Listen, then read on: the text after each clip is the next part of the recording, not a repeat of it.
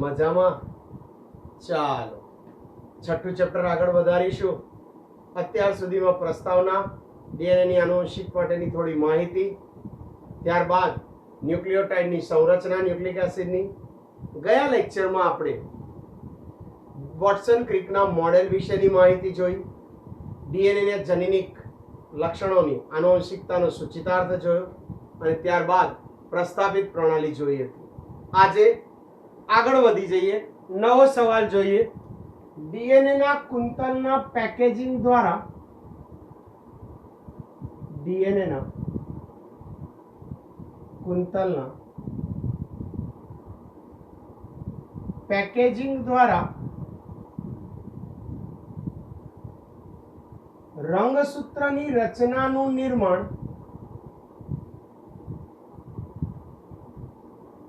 કેવી રીતે થાય છે એની વિસ્તૃતમાં ચર્ચા કરવાની છે. ડીએનએ નું કુંતલ ભેગું મળે પેકેજિંગ સિસ્ટમમાં અને રંગસૂત્રની રચનાનું નિર્માણ કેવી રીતે કરે એની ચર્ચા કરવાની છે. જો આપણે બે ક્રમિક બેઝ જોડીઓ વચ્ચેનું બે બેઝ જોડ વચ્ચેનું અંતર 0.34 નેનોમીટર લઈએ. 0.30 નેનોમીટર એનો મતલબ 0.34 into 10⁻⁹ મીટર થાય. બરાબર. આપણે આગળ ગયા લેક્ચરમાં એવું કહી ચૂક્યા છે કે ડીએનએ ની એક કુંતલમાં, એક ગર્તમાં 3.4 નેનોમીટર એટલે 10 બેઝ પેર હોય, એટલે બે ક્રમિક બેઝ પેર વચ્ચેનું અંતર 0.34 નેનોમીટર આપણે લઈએ. અને જો અંતર આટલું લઈએ અને જો સસ્તન, એટલે આપણી ચર્ચા કરવી છે આપણે, એટલે સસ્તનના કોષમાં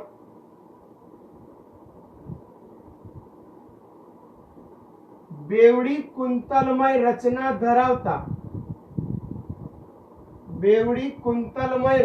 ધરાવતા ડીએનએ ની લંબાઈ ગણવી હોય તો ડીએનએ ની લંબાઈ ગણીએ તો તમને ખબર છે ડીએનએ ની લંબાઈ કઈ રીતે ગણાય? કોષમાં આવેલી કુલ બેઝ પેર. બીજા સવાલમાં આપણે કીધું હતું માનવીના સિંગલમાં 3.3 into 10⁹ અને મેં કીધું હતું કે માનવી દ્વિકીય હોય એટલે એમાં ડબલ હોય. એટલે આપણે જો માનવના કોષના કોષ કેન્દ્રમાં આવેલા ડીએનએ ની લંબાઈ ગણવી હોય તો આપણી કુલ બેઝ પેર કેટલી? પહેલા તો 6.6 into 10⁹ 6.6 into 10⁹ કુલ બેઝ પેર આપણામાં આવેલી છે.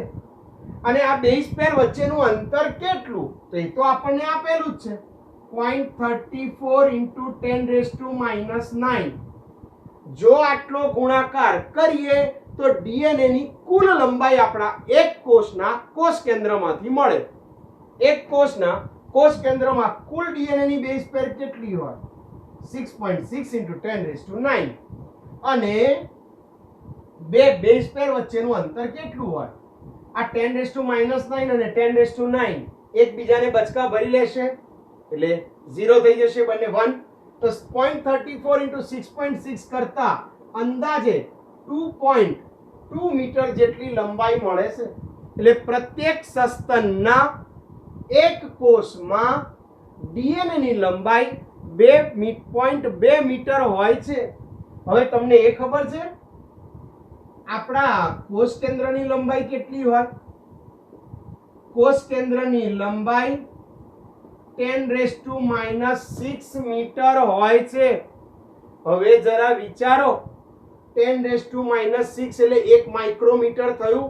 1 માઇક્રોમીટર નામના 1 માઇક્રોમીટર કદના કોષ કેન્દ્રમાં 2.2 મીટર લાંબુ ડીએનએ આવેલું હોય.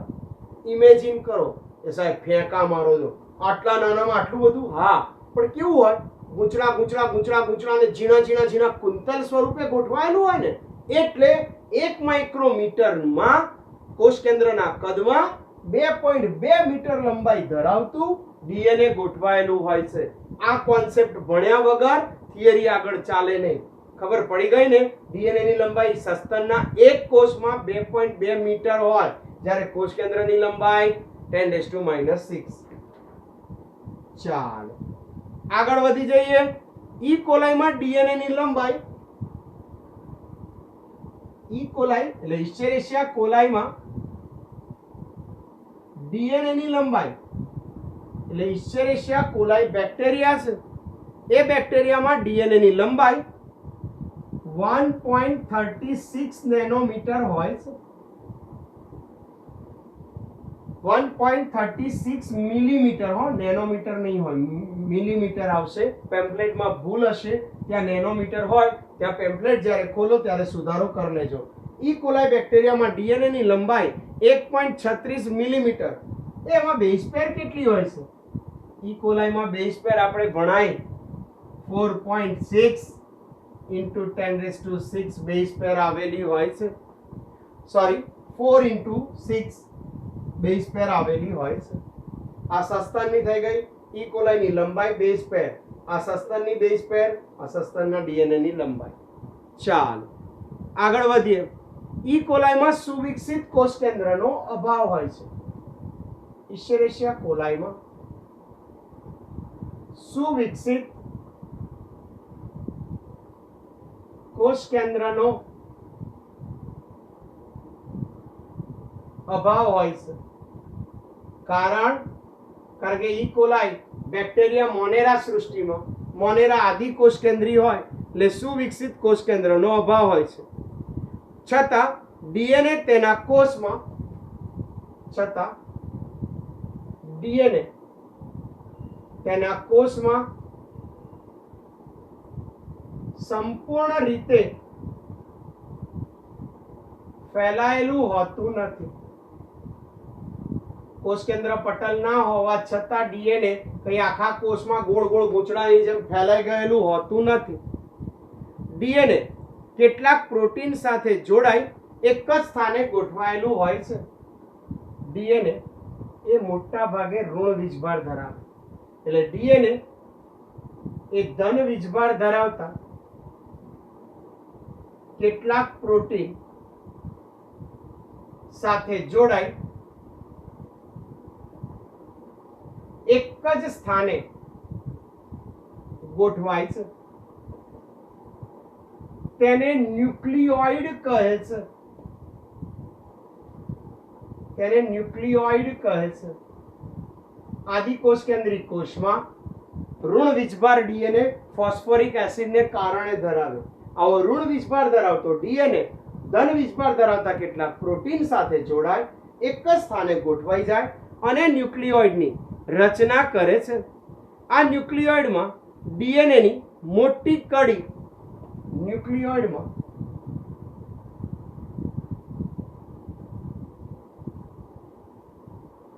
ડીએનએની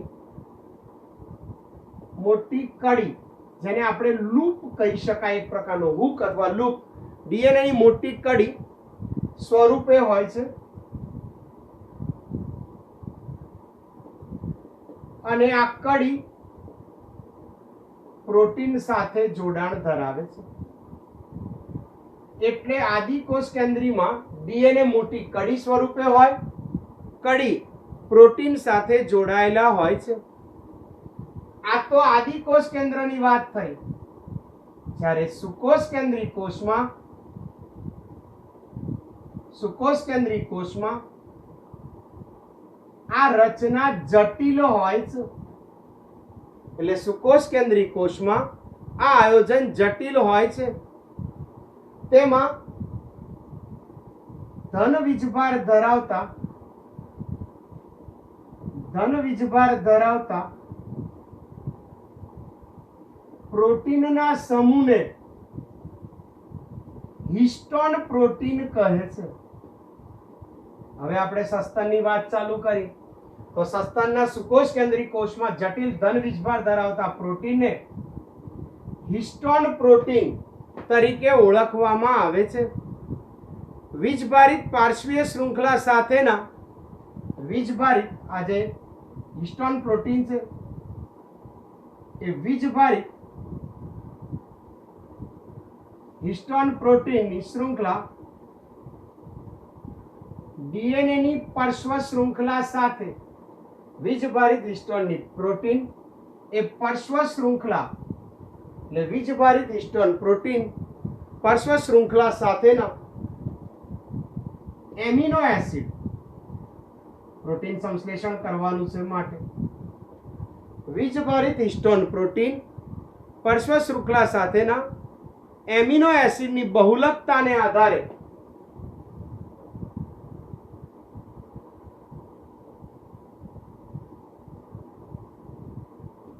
વીજભાર પ્રાપ્ત કરે છે.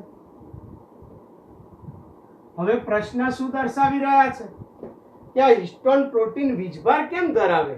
તો આપણે 11માં એમિનો એસિડના પ્રકાર ભણી ગયા. ધન વીજભારિત એમિનો એસિડ, ઋણ વીજભારિત. તો એવા ધન વીજભારિત હિસ્ટોન પ્રોટીન એમના પાર્શ્વ શૃંખલા સાથે એમિનો એસિડના જોડાણની બહુલકતાને કારણે આવા હિસ્ટોન પ્રોટીન વીજભાર ધરાવતા હોય છે. હિસ્ટોન પ્રોટીનમાં સૌથી વધારે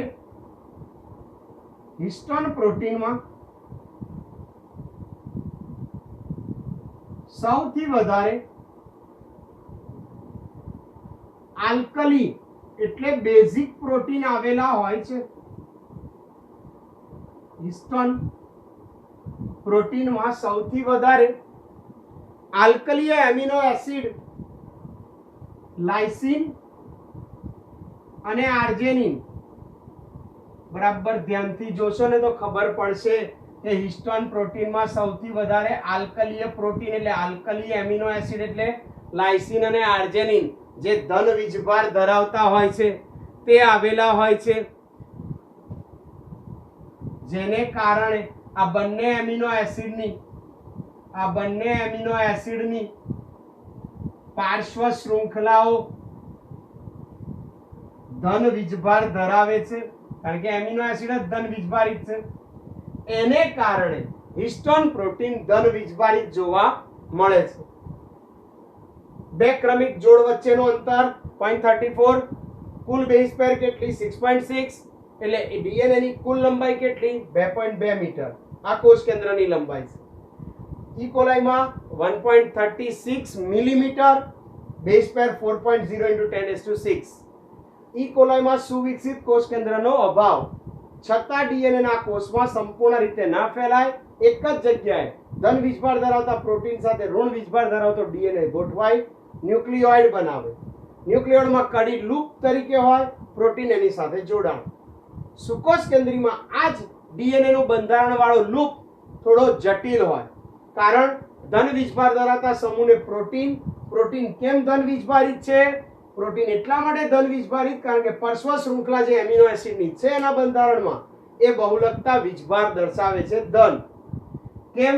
હિસ્ટોન પ્રોટીનમાં છે બે મોટા એમિનો એસિડ લાઇસિન અને આર્જેનિન, ધન વીજભારિત છે પાર્શ્વીય શૃંખલામાં, એને કારણે હિસ્ટોન ધન વીજભારિત છે. હવે ધન વીજભારિત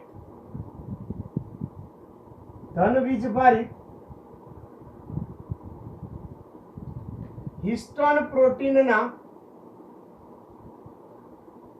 8 અણુઓ ભેગા મળે તેને હિસ્ટોન ઓક્ટોમર કહે છે. ઓક્ટોબર ના કરતા હિસ્ટોન ઓક્ટોમર કહે છે. એટલે હિસ્ટોન પ્રોટીન જે ધન વીજભાર ધરાવે છે એના 8 અણુઓ ભેગા થાય, જેમાં 2 અણુ H2A પ્રકારના, 2 અણુ H2B પ્રકારના, 2 અણુ H3 પ્રકારના અને 2 અણુ H4 પ્રકારના. આ એના સ્ટ્રક્ચરના બંધારણ છે. તમારે એની ડિટેલિંગ કરવાની નથી, ખાલી યાદ રાખવાના છે. 2 H2A, 2 H2B. ટેમ્પલેટમાં અહીંયા ભૂલથી N લખેલું છે, ત્યાં B કરી દેજો. 2 H2A, 2 H2B, 2 H3 અને 2 H4 એમ 2, 2, 4, 2, 6 અને 2, 8 અણુઓ હિસ્ટોન પ્રોટીનના આવેલા છે. એને હિસ્ટોન ઓક્ટોમર કહે છે. હવે ઋણ વીજભાર ધરાવતો ડીએનએ, મેં પહેલાય કીધું ડીએનએ નો ઋણ વીજભાર ફોસ્ફોરિક એસિડ ને કારણે છે. આ ઋણ વીજભાર ધરાવતો ડીએનએ એ ધન વીજભાર ધરાવતા હિસ્ટોન ઓક્ટોમર સાથે જોડાય છે. હિસ્ટોન ઓક્ટોમર સાથે જોડાણ કરે છે. ધન અને ઋણ વીજભાર વાળા અણુઓ એકબીજા સાથે જોડાયા, એ જોડાણ કરી જે રચના બનાવે તેને ન્યુક્લિયોઝોમ કહે છે. ન્યુક્લિયોઝોમ એટલે શું? તો ન્યુક્લિયોઝોમ એટલે ધન વીજભાર ધરાવતા હિસ્ટોન ઓક્ટોમર અને ઋણ વીજભાર ધરાવતા ડીએનએ ના જોડાણથી બનતી રચનાને ન્યુક્લિયોઝોમ કહે છે. આવા 6 ન્યુક્લિયોઝોમ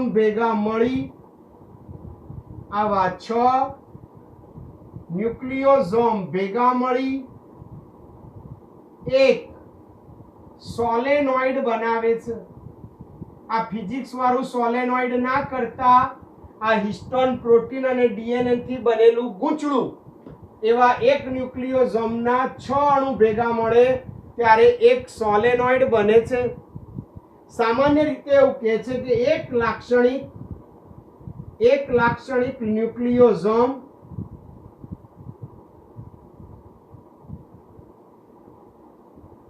200 બેઝ પેર ધરાવે છે.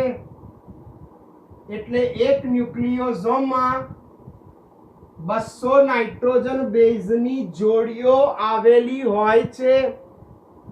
કોષ કેન્દ્રમાં આવા ઘણા ન્યુક્લિયોઝોમના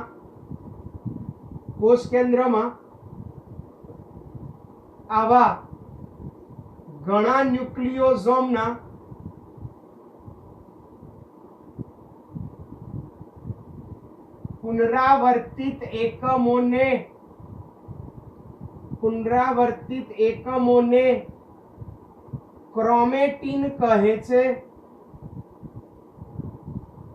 તો ક્યાંથી શરૂ કરીશું? હિસ્ટોન પ્રોટીન ના 8 અણુ, 8 હિસ્ટોન ડીએનએ સાથે જોડાતા બનતી રચનાને ન્યુક્લિયોઝોમ. એક ન્યુક્લિયોઝોમમાં 200 બેઝ પેર, આવા 6 ન્યુક્લિયોઝોમ મળે તો એક સોલેનોઇડ. આવા બહુ બધા ન્યુક્લિયોઝોમ ભેગા મળી પુનરાવર્તિત એકમ તૈયાર કરે તો એને ક્રોમેટીન કહેવામાં આવે છે. આ ઇલેક્ટ્રોન માઇક્રોસ્કોપમાં જોતા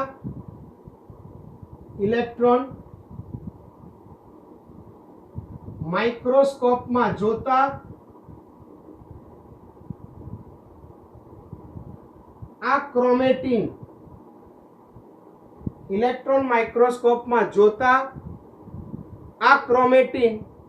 માં આવેલા ન્યુક્લિયોઝોમ, ક્રોમેટીન એટલે શું? બહુ બધા ન્યુક્લિયોઝોમ. તો ઇલેક્ટ્રોન માઇક્રોસ્કોપમાં જોતા આ ક્રોમેટીનમાં આવેલા ન્યુક્લિયોઝોમ દોરીમાં પરોવેલા મણકા જેવા દેખાય છે. એક ન્યુક્લિયોઝોમનો એક મણકો, 2, 3, 4, 5 બહુ બધા પુનરાવર્તિત મણકા ભેગા થાય લાંબી રચના બનાવે એને ક્રોમેટીન. એટલે ક્રોમેટીનમાં આવેલા ન્યુક્લિયોઝોમ દોરીમાં પરોવેલા મણકા જેવા જોવા મળે છે. આ ક્રોમેટીનના ન્યુક્લિયોઝોમ સ્વરૂપના મણકા વધુ સંગઠન એટલે વધુ એકબીજાથી ભેગા ગોઠવાય, વધુ સંગઠિત થઈ ક્રોમેટીનના ન્યુક્લિયોઝોમ રૂપે આવેલા મણકા વધુ સંગઠિત થઈ ક્રોમેટીન તંતુ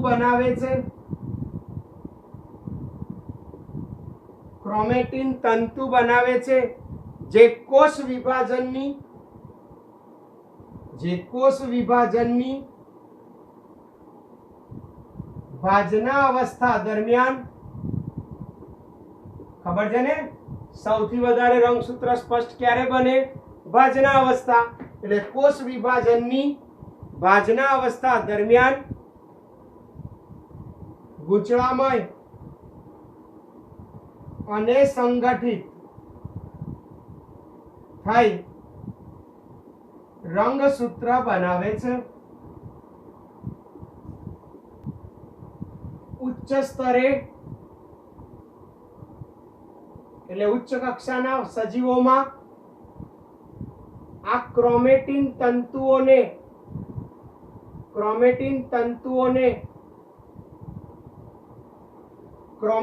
પ્રોટીન હતું ને મણકાઓ વધારે સંગઠિત થઈ ક્રોમેટિન તંતુઓને ઉચ્ચ સ્તરે વધુ સંગઠિત કરવા વધારાના પ્રોટીનના સમૂહની જરૂર પડે છે. વધારાના પ્રોટીન સમૂહની જરૂર પડે તેને નોન હિસ્ટોન ક્રોમોસોમલ NHC એટલે એવા પ્રોટીનને નોન હિસ્ટોન ક્રોમોસોમલ પ્રોટીન કહે છે. આવા નોન હિસ્ટોન ક્રોમોસોમલ અને ડીએનએ તો હતું જ એટલે બધા ભેગા મળીને કુંતલ વધારે સંગઠિત બનાવે છે. લાક્ષણિક કોષ કેન્દ્રની વાત કરીએ તો લાક્ષણિક કોષ કેન્દ્રમાં ક્રોમેટિનના કેટલાક અણુ શિથિલ રીતે મણકા હોય પણ ઢીલા એટલે શિથિલ ગોઠવણી ધરાવે છે. એ લાક્ષણિક કોષ કેન્દ્રમાં ક્રોમેટિનના અણુઓ કેટલાક વિસ્તારમાં શિથિલ ગોઠવણી ધરાવે એને યુક્રોમેટિન કહે છે. શિથિલ ગોઠવણી ધરાવે એને યુક્રોમેટિન કહેવામાં આવે છે. અને જે ક્રોમેટિન ના અણુઓ ગાઢ રીતે જોડાણ ધરાવે તેને હિટરોક્રોમેટિન કહે છે. આ હિટરોક્રોમેટિન એ ગાઢ રીતે જોડાયેલા હોય અને ઘેરા રંગથી અભિરંજિત થાય છે. ઘેરા રંગથી અભિરંજિત થયેલા જોવા મળે. યુક્રોમેટિન પ્રત્યાંકન માટે સક્રિય ક્રોમેટિન છે. એટલે યુક્રોમેટિન ડીએનએ પરથી આરએનએ બનાવે એને પ્રત્યાંકન એટલે યુક્રોમેટિન પ્રત્યાંકન માટે સક્રિય છે. જ્યારે હિટરોક્રોમેટિન પ્રત્યાંકન માટે નિષ્ક્રિય છે. રેડી? અહીં સવાલ પૂરો થયો. તો સવાલમાં શું કીધું? સૌથી પહેલા સસ્તનના કોષ કેન્દ્રમાં ડીએનએ ની લંબાઈ કુલ બેઝ પેર 6.6 × 10⁹ ગુણ્યા બે બેઝ પેર વચ્ચેનું અંતર 0.34 × 10⁹ એટલે 2.2 મીટર આવી ડીએનએ ની લંબાઈ. કોષ કેન્દ્રનું કદ કેટલું? 10⁻6 મીટર. ઇકોલાઈમાં ડીએનએ ની લંબાઈ 1.36 મિલીમીટર. એમાં બેઝ પેર કેટલી? 4 × 10⁶. આદિ કોષ કેન્દ્રીમાં તો કોષ કેન્દ્ર પટલ હોય જ નહીં, પણ કોષ કેન્દ્રમાં કે બધે ડીએનએ ના ફેલાયેલું હોય. શું કરે છે? નેગેટિવ વીજભાર ડીએનએ, પોઝિટિવ વીજભાર કેટલાક પ્રોટીન ભેગા મળી ન્યુક્લિયોઇડ બનાવે, એક જ જગ્યાએ સ્થિર હોય છે. સસ્તનમાં આયા. સસ્તનમાં આ ઘટના બહુ જટિલ રચના ધરાવે છે. કેમ? સસ્તનમાં ઋણ વીજભાર ધરાવતા પ્રોટીન સાથે ધન વીજભાર ધરાવતા પ્રોટીન આવેલા હોય. ઋણ વીજભાર ધરાવતા ડીએનએ સાથે ધન વીજભાર ધરાવતા પ્રોટીન. ઋણ વીજભારિત ડીએનએ કેમ? ફોસ્ફોરિક એસિડને કારણે. ધન વીજભારિત પ્રોટીન કેમ? એની પાર્શ્વીય શૃંખલા સાથે એમિનો એસિડ આધારમાં વધારે જોડાયેલા હોય. એનું નામ પાડ્યું હિસ્ટોન. હિસ્ટોનમાં વધારે કયા એમિનો એસિડ હોય? લાઇસિન અને આર્જેનિન. હિસ્ટોન પ્રોટીનના 8ના ગ્રુપને કહેવાય ઓક્ટોમર. 2H2A 2H2B પેમ્પલેટમાં બી કરવો કીધું. 2H3 અને 2H4 8 અણુઓ ભેગા થાય પ્રોટીન છે. ટૂંકમાં પ્રોટીન એટલે પોલીપેપ્ટાઇડની શૃંખલા. તો આવા 8 અણુઓ હિસ્ટોન પ્રોટીનના 8 અણુ નેગેટિવ વીજભાર ધરાવ ડીએનએ સાથે જોડાયા ન્યુક્લિયોસોમ. આવા 6 ન્યુક્લિયોસોમ ભેગા મળે સોલેનોઇડ. હવે શું કહે છે, એક ન્યુક્લિયોસોમમાં 200 બેઝ પેર હોય. આવા બહુ બધા ન્યુક્લિયોસોમની સળંગ રચના બને તો એ પુનરાવર્તિત એકમોને ક્રોમેટિન કહેવાય. આ ક્રોમેટિન જુઓ તો ઇલેક્ટ્રોન માઇક્રોસ્કોપમાં દોરીમાં string on beads on the string. Beads એટલે મણકા, સ્ટ્રિંગ એટલે દોરી. બીટ્સ ઓન ધ સ્ટ્રિંગ, દોરીમાં પરોવેલા મણકા જેવી રચના જોવા મળે. હવે સામાન્ય રીતે એવું કહે છે કે આ ન્યુક્લિયોસોમના મણકા જે જોવા મળે એ વધારે સંગઠિત થાય, શિથિલ રીતે ગોઠવાય અથવા સજ્જડ રીતે, તો એ ક્રોમેટિન તંતુ બનાવે. રંગસૂત્ર જે બનશે એ છેક ભાજના અવસ્થાના જોવા મળશે. એ ક્રોમેટિનના તંતુઓ વધારે સંગઠિત બને, વધારે પ્રોટીન જોઈએ એમને, તો એ વધારાનું પ્રોટીન હિસ્ટોન સિવાયનું હોય એને નોન હિસ્ટોન ક્રોમોઝોમલ પ્રોટીન કહેવાય. હિસ્ટોન નોન ક્રોમોઝોમલ એટલે બિન હિસ્ટોન ડીએનએ હતું. હવે લાક્ષણિક કોષ કેન્દ્રમાં એક ક્રોમેટિન શિથિલ ગોઠવાય તો યુ ક્રોમેટિન કહેવાય. એ આછા રંગથી અભિરંજિત થશે. એ આપ્યું નથી, એ જાતે વિચારવાનું હતું. જે ગાઢ રીતે ગોઠવાય હિટ્રોક્રોમેટિન, એ ઘેરા રંગથી અભિરંજિત થાય. યુ ક્રોમેટિન ડીએનએ માંથી એમઆરએનએ બનાવવા માટે સક્રિય હોય છે અને હિટ્રોક્રોમેટિન ડીએનએ માંથી એમઆરએનએ બનાવવા નિષ્ક્રિય હોય છે. રેડી? નવો સવાલ જોઈએ. બેક્ટેરિયલ રૂપાંતરણ માટે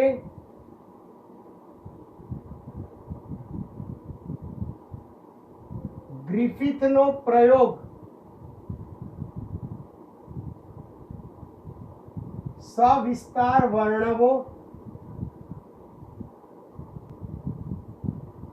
ગ્રેગર જ્હોન મેન્ડેલ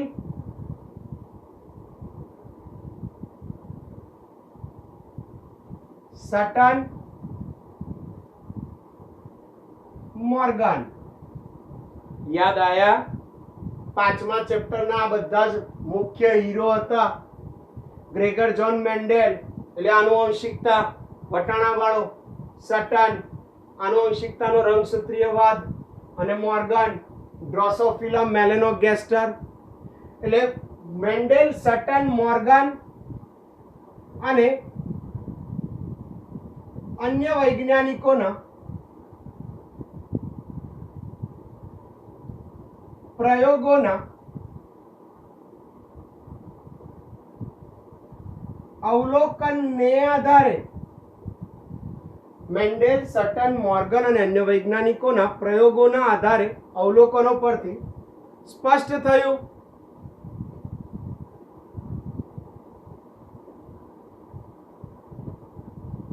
કે મોટા ભાગના કોષ કેન્દ્રોમાં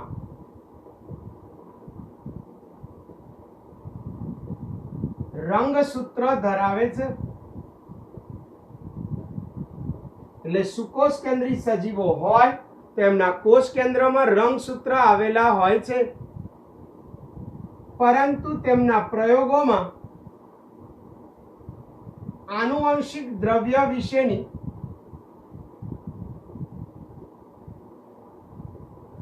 માહિતી સ્પષ્ટ થઈ ન હતી. રંગસૂત્ર હોય એ બધાની ચર્ચા થઈ હતી, વારસામાં આવે એ પણ ચર્ચા થઈ, પણ આનુવંશિક દ્રવ્ય વિશે કોઈ માહિતી નહોતી. જનીનિક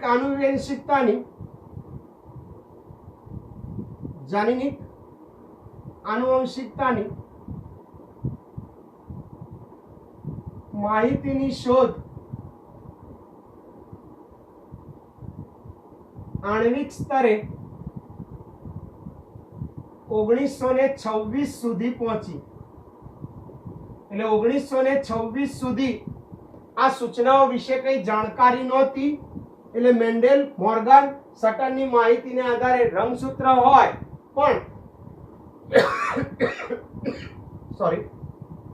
પણ એ જનીનિક આનુવંશિકતા કઈ રીતે હોય એની શોધ આણ્વીય સ્તરે પહોંચી ગઈ 1926 માં. ફ્રેડરિક ગ્રિફિથ નામના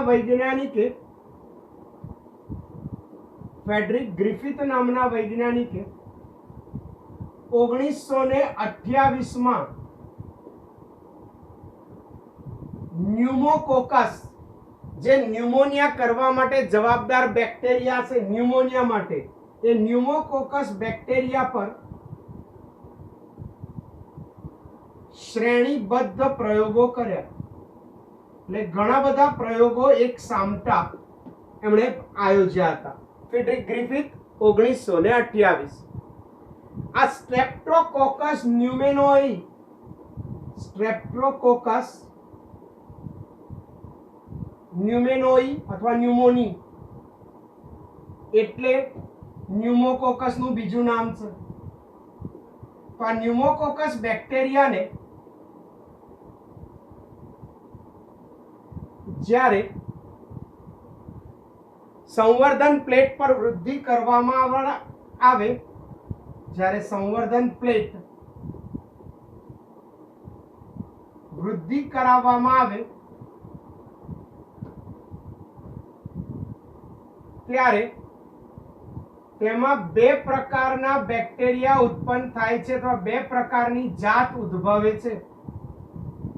એક લીસી બેક્ટેરિયાની જાત. આ લીસી બેક્ટેરિયાની જાત, એની ફરતે શ્લેષ્મનું આવરણ આવેલું હોય, શ્લેષ્મનું પોલિસેકેરાઇડ યુક્ત આવરણ આવેલું હોય, એટલે એને સ્મૂથ એસ જાતિ કહેવામાં આવે છે. સંવર્ધન પ્લેટ પર બેક્ટેરિયાને ઉત્પન્ન કરવામાં આવે ત્યારે લીસી ચળકતી કોષોની વસાહત, શ્લેષ્મ પોલિસેકેરાઇડનું આવરણ ધરાવે ને એસ, અને બીજી આવશે ખરબચડી સપાટી ધરાવતા બેક્ટેરિયા. ખરબચડી સપાટી ધરાવતા બેક્ટેરિયા, એના પર શ્લેષ્મનું આવરણ હોતું નહીં, એના માટે એમણે નામ આપ્યું આર જાત. એસ એટલે સ્મૂથ સ્ટ્રેન, સ્ટ્રેન એટલે જાતિ, અને આર જેન એટલે આર, જે સામાન્ય રીતે ખરબચડી સપાટી ધરાવે છે. સામાન્ય રીતે એવું કીધું કે આર સ્ટ્રેન, આમાં શ્લેષ્મનું પોલિસેકેરાઇડનું આવરણ જોયું, અને આર જે છે એમાં પોલિસેકેરાઇડનું આવરણ હતું નહીં, એને કારણે ખરબચડું જોવા મળ્યું. સામાન્ય રીતે એણે હવે આ બેક્ટેરિયાનો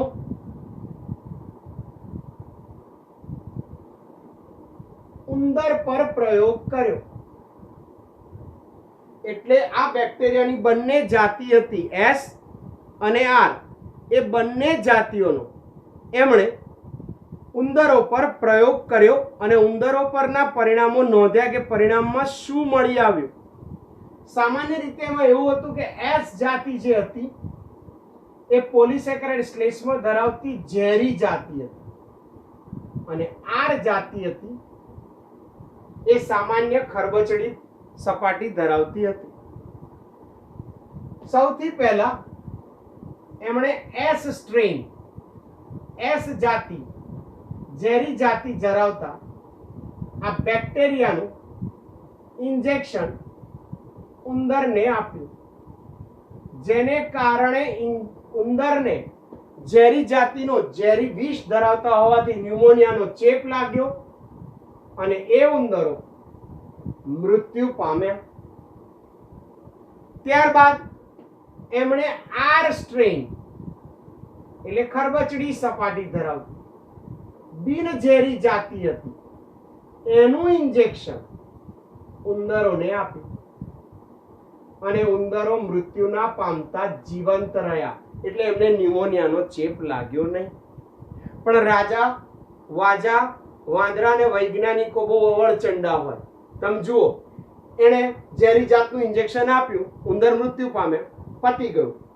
બિનઝેરીનું આપ્યું, ઉંદરો જીવિત રહ્યા. એટલે અહીંયા એણે પ્રયોગ પૂરો ના કર્યો. હવે ગ્રિફિથે શું કર્યું?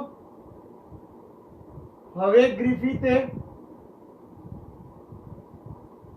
બેક્ટેરિયાને ગરમ કરી